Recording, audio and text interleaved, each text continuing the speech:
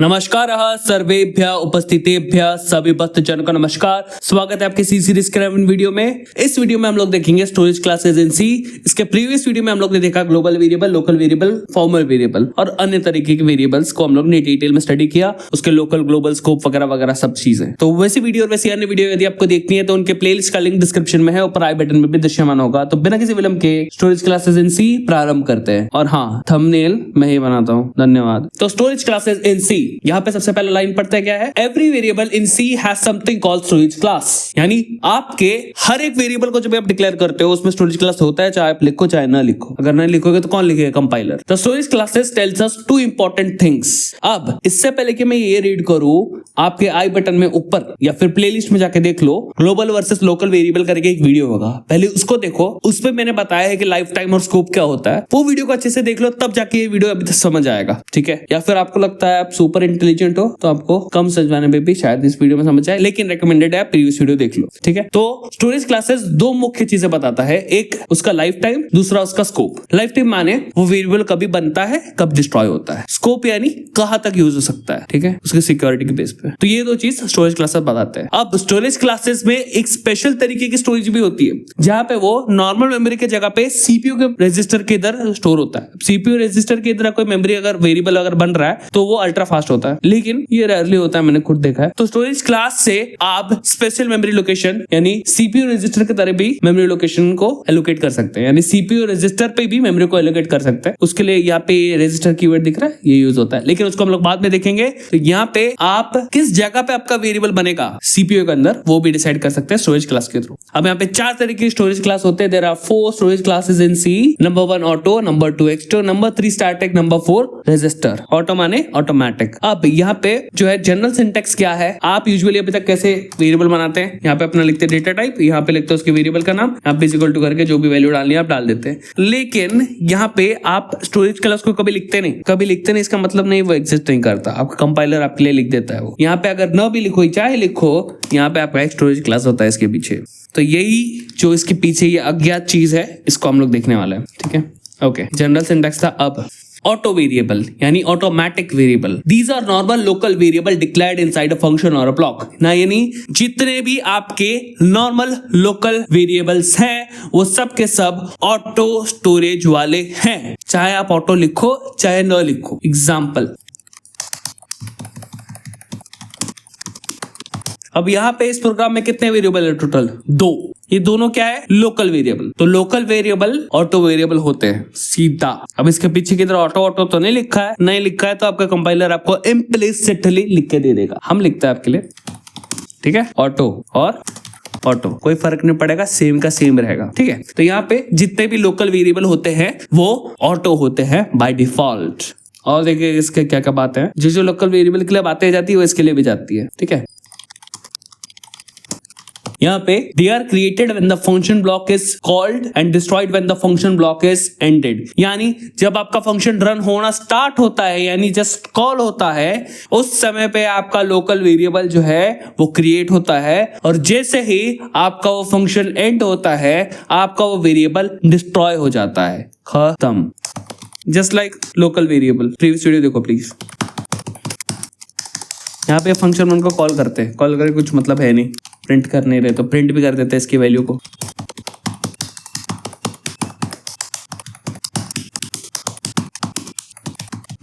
Run करते हैं इसको। यहाँ पे जैसे ये फंक्शन चला वेरिएबल क्रिएट हो चुका है, जैसे ही फंक्शन एंड हुआ वेरिएबल डिस्ट्रॉय हो चुका है, ठीक है? ऐसा काम करता है, यही बोला जा रहा है। नेक्स्ट, यहाँ पे ना इसको मैं पढ़ूंगा दिमाग खराब हो जाता है। Default storage class for any non global variable. ये पढ़ के थोड़ा जिग होता है, लेकिन एक्चुअल में बात क्या बोल रहे हैं, जितने भी लोकल वेरिएबल है वो बाय डिफॉल्ट ऑटो होते हैं, बस। They do not retain values between function call. यानी कि यहाँ पे अब मैंने ये वेरिएबल बनाया, इसको प्रिंट किया, ठीक है? अब इसको मैं इस फंक्शन को 3 बार कॉल करता हूँ, ठीक है? इसको रन करता हूँ। 3 बार क्या आया? चारों बार क्या आया? 20 20 20। ऑब्वियसली यहाँ पे कुछ इंक्रीमेंट थोड़ी ना हो रहा है। अब अगर मैं इसको इंक्रीमेंट कर दूं तो अब a का वैल्यू इनिशियली 20 है, फिर इसके बाद वापस से ये रिडिक्लेयर होना नहीं चाहिए, क्योंकि एक बार हो गया तो वापस से नहीं होता यूजुअली, ठीक है? तो फिर क्या 21 प्रिंट होना चाहिए इंक्रीमेंट होके नेक्स्ट कॉल पे, फिर 22 होना चाहिए, फिर 23 होना चाहिए, इस तरीके से, राइट? बट होता क्या है? कुछ नहीं, 20 का 20 मेंटेन रहता है, ठीक है? यानी कि जब भी आपका फंक्शन एंड होता है तब मतलब ये ए वेरिएबल का वैल्यू जो है वो डिस्ट्रॉय हो जाता है। जब ए वेरिएबल का वैल्यू डिस्ट्रॉय होता है तब यहाँ पे नेक्स्ट फंक्शन कॉल पे ए वापस से यहाँ पे डिक्लेयर होता है 20 वैल्यू के साथ। अब ये उस पार्ट को स्किप नहीं करता, इसको वापस से रीडिक्लेयर करना पड़ता है, क्योंकि आपका जैसे फंक्शन एंड होता है आपका ये ए वेरिएबल डिस्ट्रॉय हो जाता है, उसके अंदर की वैल्यू चली जाती है। इसके लिए हर बार 20 हो रहा है, वो 21 वैल्यू जो क्रिएट हो रही है लास्ट में वो आगे पास नहीं हो रही। ठीक है, ये 20 प्रिंट होता है, फिर ए की वैल्यू 21 होती है। अब 21 वैल्यू आपका फंक्शन एंड होते ही खत्म हो जाती है। इसके लिए नेक्स्ट कॉल पे 21 वैल्यू नहीं रहती है की 20 होती है वापस से। समझ रहे हो? तो बिटवीन फंक्शन कॉल्स, क्योंकि आपका फंक्शन एंड होते ही आपका फंक्शन का वैल्यू वेरिएबल का वैल्यू डिलीट हो जाता है, डिस्ट्रॉय हो जाता है, तो यहाँ पे मल्टीपल फंक्शन कॉल्स पे आपका वैल्यू रिटेन नहीं होता, यानी सेम यानी मेंटेन नहीं होता। ये बात बोल रहे हैं, they do not retain values between function calls. इस कारण से यहाँ पे 20 हो रहा है, यानी कि 21, 22, 23 होना चाहिए था, नहीं हुआ। सैड।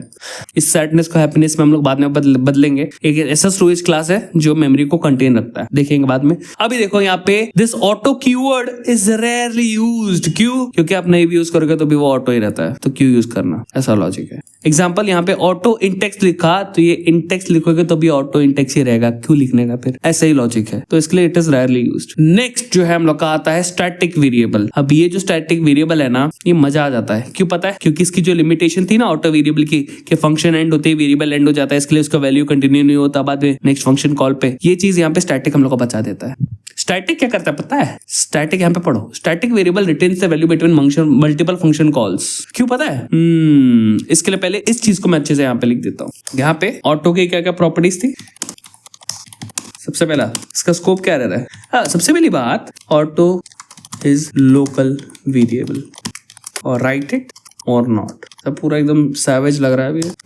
दूसरी बात, अब क्योंकि लोकल वेरिएबल है, scope is with in the function block, या फिर कोई नॉर्मल ब्लॉक भी, ऐसा नहीं है कि सिर्फ फंक्शन ब्लॉक। तीसरा, life is still till the function is running, माने कब तक रहेगा उसका जीवन? जब तक उसका फंक्शन चल रहा है। जैसे फंक्शन एंड हुआ तो उसका वेरिएबल का वैल्यू उड़ जाता है। इस कारण से ऐसा लिखते हैं, life of a auto variable ends when function ends. इस कारण से क्या होता है, फंक्शन एंड हुआ, आपका वेरिएबल का वैल्यू एंड हो गया, तो इसके लिए नेक्स्ट कॉल पे आपका वो वेरिएबल का सेम वैल्यू नहीं रहता। इसके लिए जब मल्टीपल बार आप उसको कॉल करते हो, values are not retained, values वैसी की वैसी नहीं रहती, हर बार डिस्ट्रॉय हो जाती। कारण, डिस्ट्रॉयड आफ्टर फंक्शन एंड्स। समझ गए? बढ़िया। अब यही सेम चीज को हम लोग स्टैटिक पे देखते हैं। अब ये होगा ऑटो से स्टैटिक। अब स्टैटिक बाय डिफॉल्ट नहीं होता, तो इसको आपको लिखना ही पड़ता है। ठीक है, स्टैटिक हो रहा, स्टैटिक देखो, चमक गया माने बोल्ड हो गया, माने वो रिजर्व्ड कीवर्ड है, लाइक ऑटो। यहाँ पे हो जाएगा स्टैटिक। अब यहाँ पे जो आपका ये स्टैटिक है वो लोकल वेरिएबल बाय डिफॉल्ट नहीं होता, यानी कि यू हैव टू राइट, अगर आपको मतलब लिखना है तो, माने ये वाला पार्ट हटा ही देते, क्या करने का।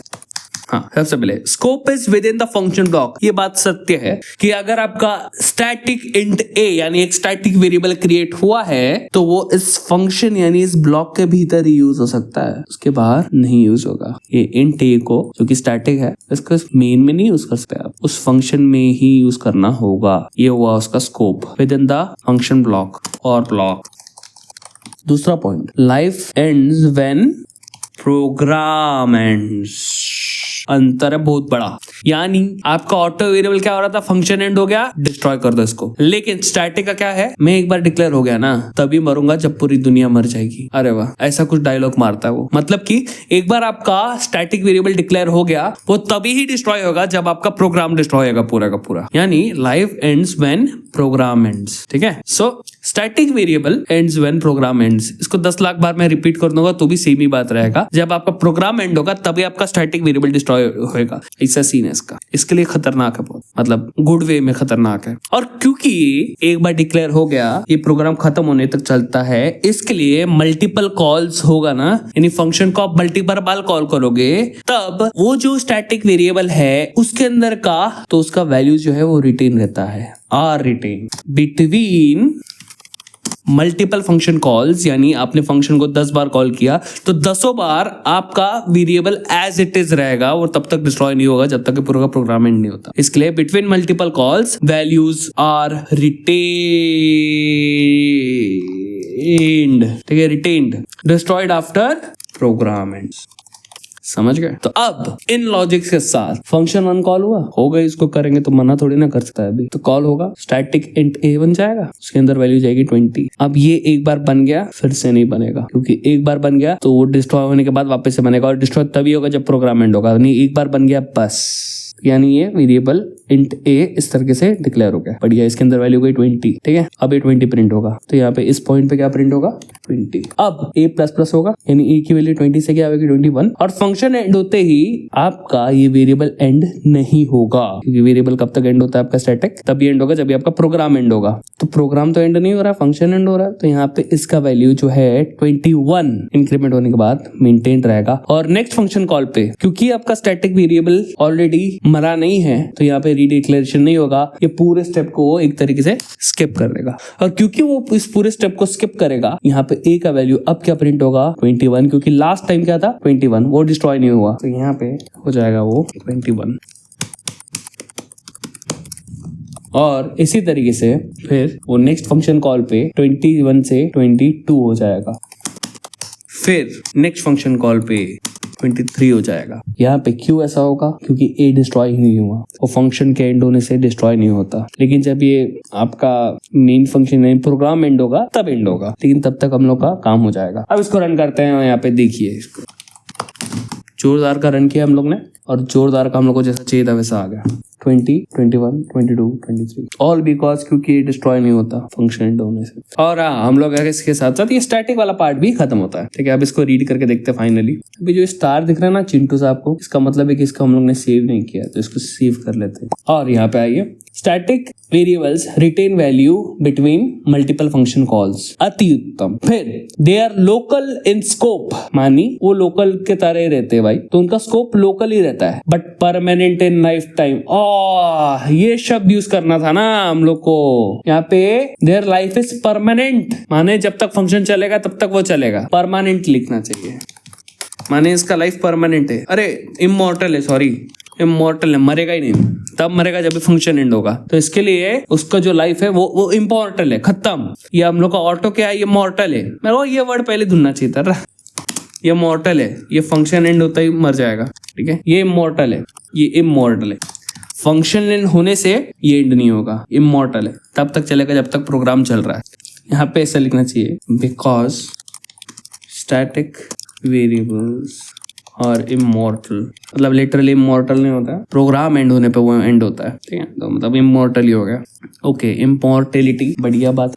चलो, सो यहाँ पे स्टैटिक इमॉर्टल रहता है, वाह। They get memory only once, यानी उसके अंदर एक ही बार डिक्लेयर होता है, बार बार डिक्लेयर नहीं होता। और यहाँ पे अगर आपने इसके अंदर कुछ डाला नहीं ना, स्टैटिक वाली वेरिएबल के अंदर, इसके अंदर आपने अगर कुछ डाला नहीं ना, तो इसमें गार्बेज वैल्यू नहीं जाएगी, 0 ही जाएगा। तो एक और पॉइंट यहाँ पे,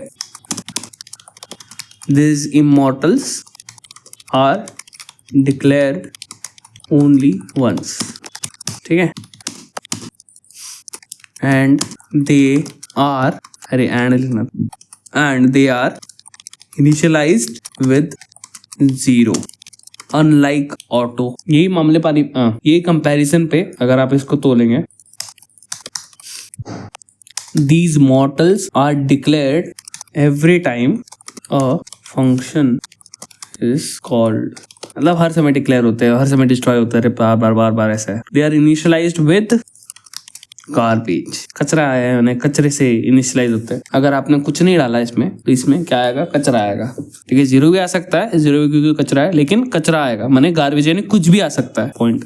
लेकिन आपका जो ये स्टैटिक है, इस स्टैटिक भैया जो है, ये 0 से ही इनिशियलाइज होते हैं, कोई गार्बेज वैल्यू से नहीं होते हैं। तो हो सकता है आप इसमें ज्यादा भरोसा करो, क्या पता। लेकिन यूजुअली इसमें कुछ तरीके से आपको स्टार्ट करना चाहिए वेरिएबल को, 0 से करो या कैसे भी करो, ऑटो रहने दो, स्टैटिक रहने दो, लेकिन हम लोग अपने हिसाब से 20 रखते हैं इसको। ऑलराइट, यहाँ पे टेस्ट दिया है वही सेम चीज की है। एक्स वेरिएबल बनाया, 0 से स्टार्ट किया, उसको इंक्रीमेंट करके प्रिंट कर रहे हैं। जब इस फंक्शन को कॉल करते जाओगे तो क्योंकि ये एक्स की वैल्यू डिस्ट्रॉय नहीं होगी फंक्शन कॉल के बाद, तो यहाँ पे आपका एक्स की वैल्यू कंटेन रहती है, इसलिए ऐसे बढ़ती जाती है आपकी वैल्यू, और ये वाला पार्ट को वो स्किप कर देता है, इसके लिए वापस से 0 नहीं जाता। Unlike auto which would put 1 each time, है ना।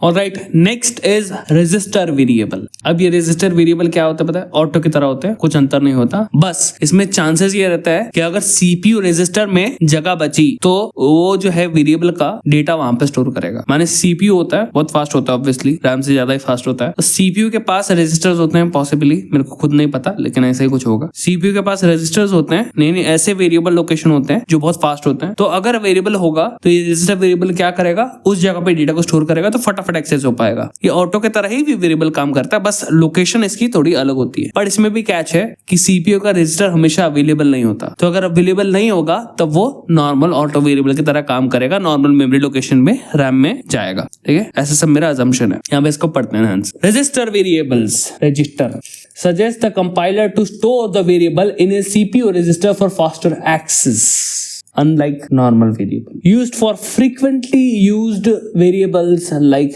loop counters, यानी लूप बहुत फटाफट लगातार चलते रहते हैं, उसमें अपने को स्पीड मांगता है। तो ऐसे कंडीशन में वैसे सारे वेरिएबल्स को हम लोग रजिस्टर वेरिएबल्स में डालेंगे, CPU register. Still local like automatic variables, यानी ऑटोमेटिक वेरिएबल्स की तरह ही आपका रजिस्टर वेरिएबल काम करता है। The compiler may ignore this request if registers are not available, यानी अगर सीपीयू में रजिस्टर हुए तभी ही वो रजिस्टर के जगह पे डालेगा कंपाइलर वेरिएबल की मेमोरी को, वरना फिर अगर अवेलेबल नहीं होगा तो कंपाइलर इग्नोर करेगा, बोलेगा चुपचाप ऑटो का ऑटो बन के रहो, भले आपको लगे वो रजिस्टर है, वो ऑटो ही रहेगा। ठीक है, क्योंकि ऑटो ही है वो बाय डिफॉल्ट। बस चांसेस होते हैं कि अगर सीपीयू रजिस्टर पे जगह अवेलेबल हुई तो उधर डाल देगा। सो इट्स लाइक अगर है जगह डाल दो यार, प्लीज मेरा एडिशन करा दो उधर, नहीं है तो कोई बात नहीं, ऑटो ही हूं मैं बाय डिफॉल्ट, तो काम कर लूंगा ऑटो की तरह, ऐसा कुछ। रजिस्टर इंट ए, ठीक है, ऑटो की तरह ही है, ये इंट है। ठीक है, बस हो सकता है कि रजिस्टर में कंपाइलर इसको जगह दे दे। ये यूज होता है यहाँ पे आपका ऐसे लूप चलाने के लिए, तो यहाँ पे ऐसा एग्जांपल दे दिया प्यारा।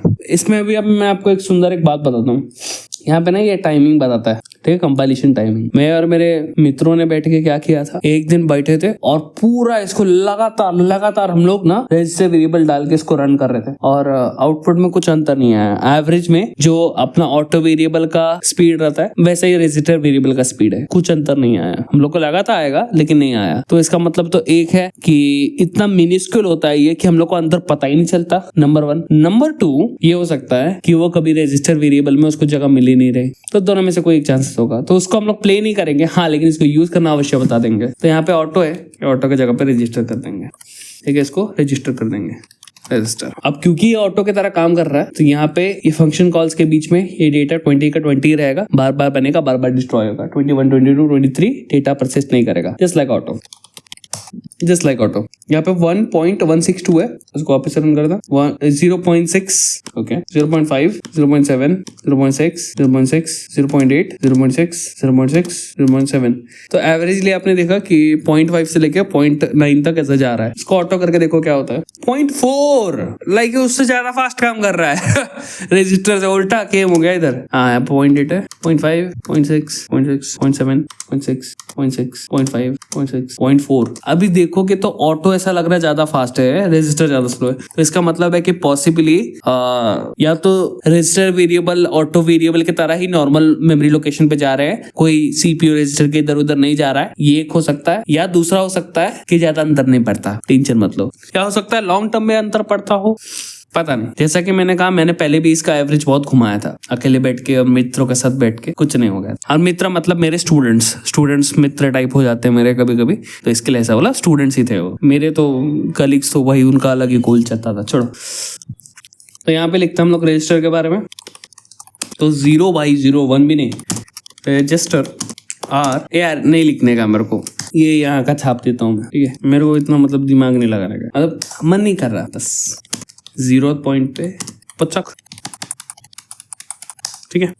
Suggest the compiler to store the variable in CPU register for faster access. Loops के लिए यूज करते हैं, ऑटोमेटिक वेरिएबल्स की तरह होते हैं। कंपाइलर इग्नोर करेगा इस रिक्वेस्ट को अगर रजिस्टर वेरिएबल्स के लिए जगह अवेलेबल नहीं होगी। ठीक है, तो मेरे ख्याल से इसके अतिरिक्त और कुछ लिखने की जरूरत नहीं, क्योंकि बाकी सबका सब सेम ही रहता है, सब पॉइंट्स। ठीक है, सो जस्ट लाइक ऑटो, जैसे कि यहाँ पे लिखा है। ठीक है, बस तो आगे बढ़ते हैं। लास्ट और सबसे misunderstood, extern variable. Extern is a keyword used in C to declare. मैं इसको रीड करने से पहले इसको हिंदी में एक्सप्लेन करूंगा, क्योंकि इसको अगर मैं रीड करने गया क्या पता मैं ही घूम जाऊं इसके अंदर। तो इसमें सीन क्या होता है, मैं इसको बहुत अपने वर्नाकुलर लोकल लैंग्वेज जो बताता हूँ आपको, जब मैं बताते आ रहा हूँ। होता क्या है कि समझो, यहाँ पे देखो एग्जाम्पल दिया कितना सुंदर सुंदर ने चिंटू सा। यहाँ पे एक फाइल 1.c है, ठीक है, दोनों .c फाइल है, और फाइल 2.c है। अब पहला फाइल में int a करके एक कौन सा वेरिएबल है, ग्लोबल। याद रखो, एक्सटर्न सिर्फ ग्लोबल के लिए काम करता है, लोकल के लिए नहीं काम करता। Global variable only, extern works for global variable only. खुद का पॉइंट्स लिख लेते ना फिर। ठीक है, extern keywords only works on global variable only.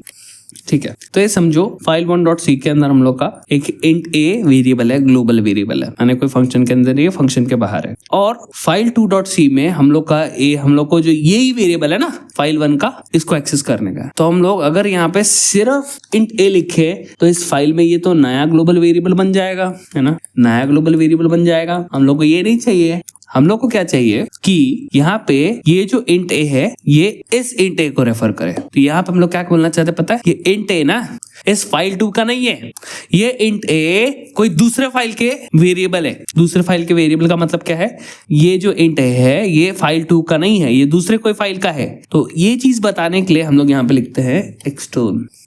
इसके लिए हम लोग यहाँ पे लिखते हैं एक्सटर्न।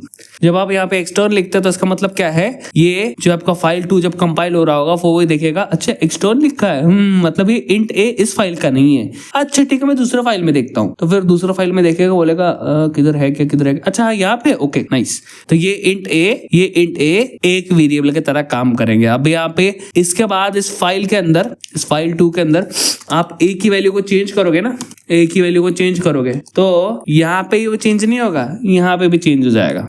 इनिशियली लेट्स से आपने इसकी वैल्यू को रखा रहता 10, ठीक है, और फिर जाके इसको यहाँ पे 20 किया तो इनिशियली इसकी वैल्यू क्या रहती, 10 रहती, लेकिन यहाँ पे आप उसको चेंज करते तो यहाँ की भी वैल्यू चेंज हो जाती। अजीब सा लग रहा होगा ना, यानी ये बेसिकली वैसा ही काम कर रहा है कि यहाँ पे इस फाइल का int a बनाया, अब इस फाइल में आपको नया int a नहीं बनाना है, वही int a को यूज करना है। तो यहाँ पे क्या किया आपने, एक्सटर्न लिख दिया। तो अब आपका जो कंपाइलर है वो दूसरे फाइल में int a को ढूंढेगा ग्लोबल, और वहां पे उसको फिर इन दोनों को एक तरीके से कंबाइन कर देगा। दोनों अलग रहेंगे बट सेम वेरिएबल रहेंगे।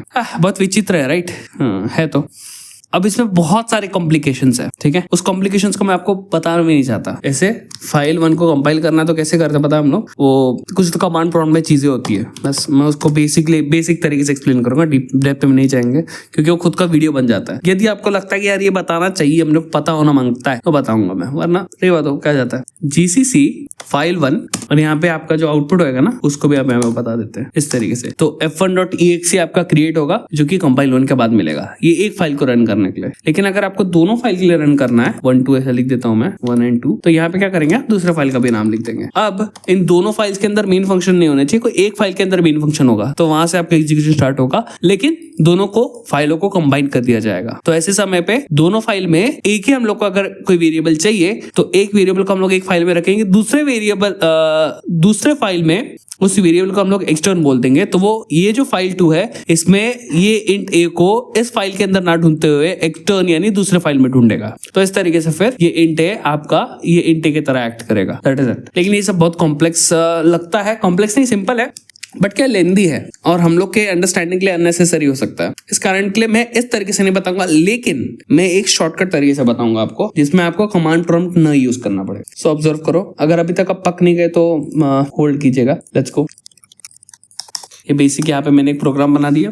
अभी हम लोग को दो फाइल को कंबाइन नहीं करना है, तो मैं क्या करूंगा, यहाँ पे stdio.h दिख रहा है आपको, इस stdio.h के अंदर जाऊंगा, यहाँ पे आप कंट्रोल प्रेस करके इस पे क्लिक करोगे ना, तो stdio.h यहाँ पे से खुल जाएगा। ठीक है, अब मैं क्या कर रहा हूँ, मैं एक ऐसी लोकेशन पे, ऐसे ही कोई रैंडम लोकेशन पे आ गया, मोस्टली यहाँ पे printf है ना डिक्लेयर्ड, मैं उधर आ गया। ठीक है, ये बहुत बड़ा फाइल है, इसमें मैं printf जहाँ पे लोकेटेड है वहां पे आ गया। ठीक है, अब मैं यहाँ पे क्या करता हूँ, देखो अब यहाँ पे मैं बनाता हूँ int a is equal to 10, और ये int a is equal to 10 को मैं यहाँ पे यूज करना चाहता हूँ। माने ये जो int a is equal to 10 है, ये वेरिएबल को मैं यहाँ पे यूज करना चाहता हूँ। ठीक है, अब ये जो फाइल है और ये जो फाइल है, ये दोनों आपस में कनेक्टेड कैसे है, क्योंकि मैंने यहाँ पे इसको इंक्लूड किया है, यानी ये फाइल और ये फाइल आपस में कनेक्टेड है। जस्ट लाइक हम लोग वो कंबाइंड कंपाइलेशन कर रहे थे कमांड प्रॉम्प्ट को यूज करके दो फाइल को, तो यहाँ पे हम लोग को वो चीज करने की जरूरत नहीं, हम लोग एक फाइल में ही दो फाइल को कंबाइन कर सकते हैं यूजिंग दिस इंक्लूड। तो यहाँ पे stdio.h है, यहाँ पे ये एक अलग फाइल है और ये एक अलग फाइल है, यानी प्रोग्राम है। हम लोग क्या करेंगे, इस int a को हम लोग यहाँ पे यूज करेंगे यूजिंग एक्सटर्न। देखो कैसे, यहाँ पे क्या करता हूं मैं, अगर मैं यहाँ पे लिखूं int a, तो यहाँ पे ये जो वेरिएबल है ये अलग होगा और ये जो वेरिएबल है ये अलग होगा, दोनों वेरिएबल्स। अब मेरे को क्या करना है, इसको कंबाइन करना। तो यहाँ पे मैं क्या बोल रहा हूँ, देखो यहाँ पे बोल रहा हूँ ये जो int a है ये मेरे को इस फाइल का नहीं चाहिए, यानी इस प्रोग्राम का नहीं चाहिए, मेरे को वो चाहिए कोई दूसरे फाइल के अंदर लोकेटेड वेरिएबल, यानी ये जो int a है ये इस प्रोग्राम का नहीं है, कोई एक्सटर्नल फाइल का है। तो इसके पीछे मैं क्या लिख दूंगा, इसके पीछे मैं लिख दूंगा एक्सटर्न, और जैसे ही मैं यहाँ पे एक्सटर्न लिखता हूँ तब क्या होगा, तब यहाँ पे ये जो int a है ये इस प्रोग्राम का ना करते हुए वो कोई दूसरी जगह पे ये एक्सटर्न को ढूंढेगा, यानी मोस्टली यहाँ पे दूसरे फाइल पे, यहाँ पे stdio.h है, इसके अंदर का जो ये int a is equal to 10 है ये इसको ढूंढेगा यहाँ पे, यानी ये एक्सटर्न int a इस stdio.h के अंदर वो ढूंढेगा, क्योंकि यहाँ पे मैंने एक्सटर्न लिखा है। एक्सटर्न का मतलब इस प्रोग्राम में ना होके कोई दूसरे फाइल में होगा, वह stdio.h के अंदर ढूंढेगा, उसके यहाँ पे मिल जाएगा। उसको सेव करता हूँ यहाँ पे, और इसमें लेट्स से मैं ना अभी कोई वैल्यू डालता हूँ। ठीक है, अब देखो यहाँ पे इसको रन करता हूँ, प्रिंट भी कर देता हूँ, इसको रन करता हूँ। यहाँ पे देखो क्या होता है, यहाँ पे क्या बोलता है, यहाँ पे रीडेफिनेशन ऑफ ए। यहाँ पे तो हम लोग ने पहली बार इसको डिफाइन किया ना, डिक्लेयर किया, तो इसको जब हम लोग ने पहली बार डिक्लेयर किया तब ऐसा क्या हो गया कि यहाँ पे बोल रहा है ये रीडेफिनेशन ऑफ ए। ये रीडेफिनेशन ऑफ ए इसके लिए बोल रहा है क्योंकि यहाँ पे हम लोग ने एक्सटर्न लिख के ऑलरेडी इसको बता दिया है कि ऑलरेडी एग्जिस्ट करता है, और ऑलरेडी एग्जिस्ट किधर करता है, stdio.h के अंदर यहाँ पे। तो यहाँ पे क्योंकि ऑलरेडी डिक्लेयर्ड है तो यहाँ पे ये दिखता है कि यार ये int a तो ऑलरेडी डिक्लेयर्ड है। अब जब ऑलरेडी डिक्लेयर्ड है आप उसको रीडिफाइन क्यों कर रहे हो, ऐसा करोगे तो प्रीवियस वैल्यू हट जाएगी। तो बहुत अच्छे से दिमाग लगा रहा है, वो ये बोल रहा है कि stdio.h के अंदर आपने जब ये वैल्यू डाला है तब आप इस वैल्यू को यहाँ पे उड़ा क्यों रहे हो, इसको उड़ा दोगे तो प्रीवियस वैल्यू उड़ जाएगी। तो यहाँ पे ये रीडेफिनेशन हो रहा है, आप ऐसा मत करो वरना फिर इसकी जो वैल्यू है ना ये चली जाएगी, वो ये बोल रहा है। तो यहाँ पे देखो ये जो है इस तरीके से वॉज प्रीवियसली डिफाइंड, किधर वॉज प्रीवियसली डिफाइंड हियर। तो यहाँ पे पहले से यहाँ पे डिफाइन है भैया, ऐसा मत करो, अब आप इसे रीडिफाइन करोगे तो वो वैल्यू उधर की उड़ जाएगी, ऐसा मत करो। That is it saying. तो यहाँ पे ये एक्सटर्न कीवर्ड क्या कर रहा है, ये बोल रहा है कि ये int a है, ये इस फाइल में नहीं होते हुए कोई दूसरे फाइल में होगा इसकी वैल्यू। ठीक है, इस तरीके से। अब ये चीज को मैं हटा देता हूँ, और अब यहाँ पे हम लोग ने लॉजिकली अगर इसको देखे तो ये int a के अंदर कुछ नहीं है, तो यहाँ पे कुछ जीरो या गार्बेज वैल्यू प्रिंट करना चाहिए, लेकिन वैसा नहीं करेगा क्योंकि हम लोग ने एक्सटर्न लिखा है। तो यहाँ पे ये प्रिंट करेगा 10, क्योंकि यहाँ पे हम लोग ने 10 डाला था। इसको रन करते हैं और 10 आता है यहाँ पे। ठीक है, इसको चेंज करके देख लेता हूँ, यहाँ पे 10 की जगह पे 100 कर देता हूँ, उसको रन करते हैं, यहाँ पे 100 आता है। तो यहाँ पे एक अलग लोकेटेड फाइल के अंदर हम लोग ने एक वेरिएबल को बनाया, और उस वेरिएबल को एक्सेस करने के लिए यहाँ पे हम लोग ने int a को इस प्रोग्राम का ना करते हुए एक एक्सटर्नल प्रोग्राम का करने के लिए यहाँ पे एक्सटर्न लिख दिया। तो ये एक्सटर्न लिख के ही यहाँ पे int a इस फाइल का ना होते हुए कोई दूसरे फाइल का होगा, जो कि यहाँ पे। ठीक है, आई होप सो आपको ये समझ आया हो। अब इसमें ना बहुत सारी चीजें हैं जो मतलब बहुत कंफ्लिक्टिंग होगी। ठीक है, कि यहाँ पे जैसे कि अगर आप एक्सटर्न न भी लिखो तो भी वैसे ही काम करेगा। ठीक है, ये चीज है। और यहाँ पे आप अगर कुछ नहीं डाल रहे हो तो चल रहा है, अगर इसमें वैल्यू चेंज करनी होगी तब क्या करोगे। बहुत सारे इसमें ना अनआंसर्ड क्वेश्चन होते हैं। अब इस अनआंसर्ड क्वेश्चन पे जाने के लिए ऐसा होगा कि एक्सटर्न कीवर्ड का नया पूरा एक क्या बोलते हैं वीडियो निकल जाएगा, या पॉसिबली सीरीज निकल जाएगा, क्योंकि इसको समझने के लिए हम लोग ने बहुत सारे इम्प्लिसिट चीजें समझनी पड़ेंगे। इसमें बहुत सारा अनआइडेंटिफाइड बिहेवियर, ऐसा भी चीजें होती है, टेंटेटिव टेंटेटिव डिक्लेरेशन रूल होता है, टेंटेटिव डेफिनेशन रूल होता है, बहुत सारे तरीके का रूल अप्लाई होते हैं। तो इस एक्सटर्न को हम लोग यहीं पे छोड़ देते हैं, ठीक है। यहाँ पे अभी इसको रीड करते हैं, इस एक्सटर्न को। यहाँ पे एक्सटर्न क्या बोल रहा है? Extern is a keyword in C that works for global variable only, ठीक है। Extern is a keyword in C used to declare a global variable that exist in another source file, ठीक है। तो extern एक ऐसा keyword है जो कि ग्लोबल वेरिएबल डिक्लेयर करने को यूज होता है जो कि कोई दूसरे फाइल में अवेलेबल हो। इस एग्जांपल में क्या था? ये एक ग्लोबल वेरिएबल जो कि इस फाइल में ना होते हुए कोई दूसरे फाइल में हो, इसको हम लोग ने यहाँ पे इंक्लूड किया, ठीक है। तो extern is a keyword in C that is used to declare a global variable that exist in another source file, okay. और फिर एक और बात बोला है, it does not reallocate memory और allocate memory, it just references it to a global variable that already has been defined somewhere else. यहाँ पे डिफाइंड बोला है, ध्यान दो, डिक्लेयर नहीं, ठीक है। तो यहाँ पे क्या बोल रहे हैं कि एक्सटर्न वेरिएबल आपका कोई इंट ए करके नया वेरिएबल को क्रिएट नहीं करेगा इस प्रोग्राम के लिए, वो सिर्फ रेफरेंस करेगा कि ये जो वेरिएबल है ये वेरिएबल इस दूसरे फाइल के अंदर का वेरिएबल है जो कि ऑलरेडी डिफाइंड है, इज इक्वल टू 100 है यहाँ पे, ठीक है। तो यहाँ पे ये कोई अलग से इंट ए क्रिएट नहीं करेगा, ये सिर्फ रेफरेंस करेगा कि ऑलरेडी अवेलेबल एक्सटर्नल फाइल में देखो इस वैल्यू को जो कि ऑलरेडी डिफाइंड है, okay। So it does not allocate memory, it just references a global variable that has already been defined somewhere else। It's commonly used when a project split into multiple C और CPP files। अब CPP पे तो नहीं जाएंगे, लेकिन multiple C files में रहते हैं, ठीक है। मल्टीपल C फाइल्स है, उसमें आपको बहुत सारे वेरिएबल्स को यूज करना है, तो आप क्या करोगे?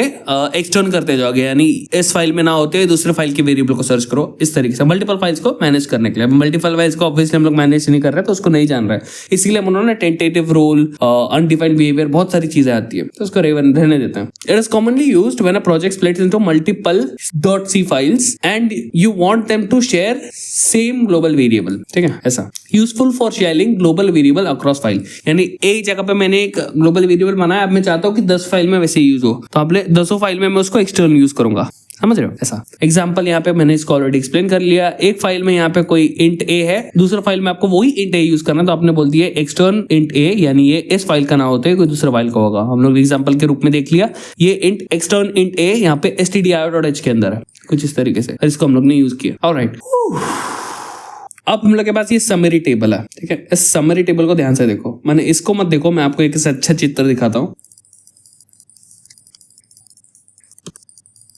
ऑलराइट, यहाँ पे देखिए स्टोरेज क्लासेज इन सी, ये एक बहुत अच्छा डायग्राम है। माने इस डायग्राम को अकेले आप देखोगे ना, बहुत अच्छे से सारी चीजों को समझ जाओगे। यहाँ पे ऑटो, एक्सटर्न, स्टैटिक, रजिस्टर, इन सबको 4 वेरिएबल्स में डिस्कस किया है, storage, initial value, scope and life, ठीक है। अब यहाँ पे हम लोग जानते हैं स्टैक मेमोरी लोकेशन कैसा होता है। स्टैक माने एक के ऊपर एक, कुछ इस तरीके से यहाँ पे एक के ऊपर एक, जैसे यहाँ पे समझो 2 वेरिएबल बनाया, इंट आई और एन करके, तो एक के ऊपर एक इस फॉर्म में जो वेरिएबल एलोकेट होते हैं, यानी जो मेमोरी बनती है, उसको हम लोग बोलते हैं यहाँ पे स्टैक के फॉर्म में स्टोरेज हो रही है, ठीक है। माने एक के ऊपर एक, इसको बोलते हैं स्टैक फॉर्म ऑफ स्टोरेज, ठीक है। तो ऑटो वेरिएबल जो होता है ये स्टैक के फॉर्म में स्टोर होता है, इसकी इनिशियल वैल्यू गार्बेज होती है, जैसे कि हम लोग ने ऑलरेडी डिस्कस किया, ठीक है। ये नॉर्मल लोकल वेरिएबल की तरह होता है, इसका scope within the block होता है, लाइफ भी एंड ऑफ द ब्लॉक तक रहती है, ठीक है। दैट इज अबाउट ऑटो, ठीक है। इसके बाद आता है एक्सटर्न। एक्सटर्न जो है इसका डेटा सेगमेंट में मेमोरी स्टोर होता है, यानी कि ये स्टैक के फॉर्म में नहीं होता, वे अलग तरीके के फॉर्म में होता है। डेटा सेगमेंट एग्जैक्टली मेरे को नहीं पता कैसे होता है, बट इससे ये तो इंश्योर हो जाता है कि ये एक्सटर्न वेरिएबल का लाइफ जो है थ्रू आउट द प्रोग्राम चलता है, क्योंकि एक्सटर्न यूजुअली ग्लोबल होता है, ठीक है। इसका इनिशियल वैल्यू 0 होता है, आप ग्लोबल या फिर मल्टीपल फाइल्स में इसको यूज कर सकते हो। एक्सटर्न आपने लिख दिया तो उसका स्कोप सिर्फ इस फाइल में ना रह रही है, दूसरे फाइल से कनेक्ट हो जाता है। इसका लाइफ रहता है तब तक जब तक प्रोग्राम चलेगा। सिमिलरली स्टैटिक, इसका भी डेटा सेगमेंट होता है, इसलिए ये प्रोग्राम के एंड होने तक चलता है। इनिशियल वैल्यू इसकी 0 रहती है, इसका scope within the block होता है, लेकिन इसकी life till the end of the program होता है। यहाँ पे हम लोग ने इस एग्जांपल के देखा था इसको, ये कि हम लोग का ये जो है इसका स्कोप यहीं तक रहेगा, इसको बाहर नहीं यूज कर सकते, लेकिन ये इंट ए है, प्रोग्राम के एंड होने तक चलेगा, इसके लिए इसका वैल्यू सस्टेन रहता है, इसके लिए बढ़ता जाता है इस तरीके से, ठीक है। ओके, इसके बाद में क्या है, register. Register variable CPU register में स्टोर होता है, अगर सीपीयू रजिस्टर में जगह अवेलेबल है तो ये फास्टर एक्सेस के लिए यूज होता है, बट इतना फास्ट हम लोग ने तो नहीं देखा, लेकिन हाँ होता होगा, क्या पता। इनिशियल वैल्यू इसका गार्बेज होता है, ओके, और with in the block scope and of the block life, यानी ऑटो की तरह ही है, बस यहाँ पे सीपीयू रजिस्टर आ रहा है, समझ गए बस। तो यहाँ पे आपका स्टोरेज क्लासेस इन सी यहाँ पे पूर्णतः समाप्त होता है। अब यहाँ पे आपको कोई से भी पॉइंट पे डीप एक्सप्लेनेशन चाहिए, आप मेरे को बोलिए, बोलिए, या फिर आपको कुछ समझ नहीं आया तो बोलिए। इन एनी केस इसको बस अंडरस्टैंडिंग होना काफी है, क्योंकि इसको आप एनीवेज यूज नहीं करते। हाँ, एक्सट्रोन को यूज करते हो, लेकिन उसके लिए आपको बहुत अल्ट्रा प्रो मैक्स डेवलपर बनना पड़ेगा। उसके लिए फिर आप और बहुत सारी चीजें सीखनी होंगी। तो आई होप सो आपको समझ आया हो। तो अगर गलती से आपने इस वीडियो को क्लिक कर अगर आप यहाँ तक पहुंच गए तो आपका धन्यवाद। नेक्स्ट वीडियो में पुनः मिलेंगे, तब तक वंदे मातरम इति चलचित्रम संपूर्णम।